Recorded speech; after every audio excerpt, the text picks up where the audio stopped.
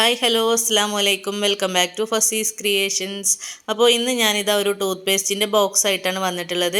പിന്നെ ഒരു റൗണ്ട് ഷേപ്പിൽ കാർഡ്ബോർഡ് പീസ് കട്ട് ചെയ്തെടുക്കുകയും ചെയ്തിട്ടുണ്ട്.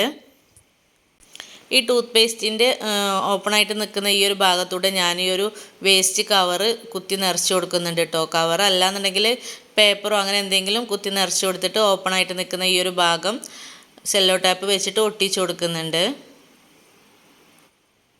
പിന്നെ ഈ റൗണ്ട് ഷേപ്പിൽ കട്ട് ചെയ്തെടുത്തിട്ടുള്ള ഈ ഒരു കാർഡ്ബോർഡ് പീസിൻ്റെ നടുഭാഗം ഞാനൊന്ന് കട്ട് ചെയ്തെടുക്കുന്നുണ്ട് കേട്ടോ.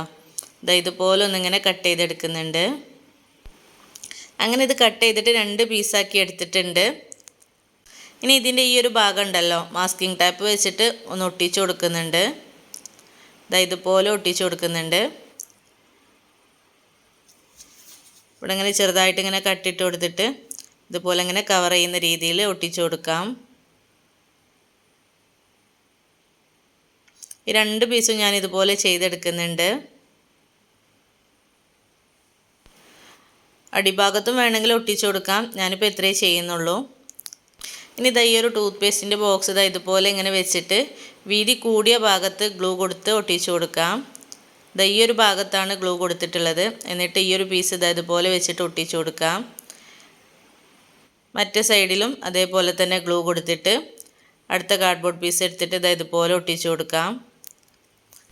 പെട്ടെന്ന് ഉണങ്ങി കിട്ടാൻ വേണ്ടിയിട്ട് ഞാനിവിടെ ഗ്ലൂ ഗണ്ണാണ് എടുത്തിട്ടുള്ളത്.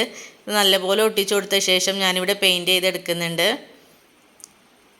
ഞാനിവിടെ ബ്ലാക്ക് കളറാണ് എടുത്തിട്ടുള്ളത്. ഒരു ബ്ലാക്ക് ആൻഡ് വൈറ്റിൽ ചെയ്യാമെന്ന് കരുതി. അങ്ങനെ ഇത് ബ്ലാക്ക് പെയിൻറ്റ് ചെയ്ത് എടുത്തിട്ടുണ്ട്.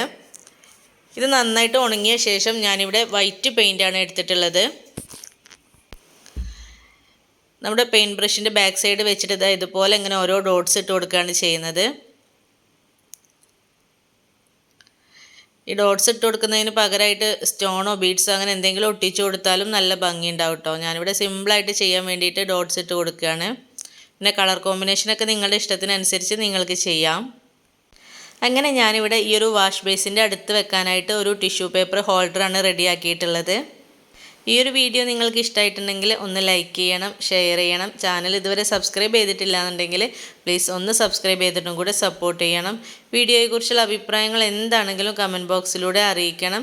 അപ്പോൾ വീണ്ടും പുതിയൊരു വീഡിയോയുമായി വരുന്നത് വരേക്കും bye bye. Thanks for watching.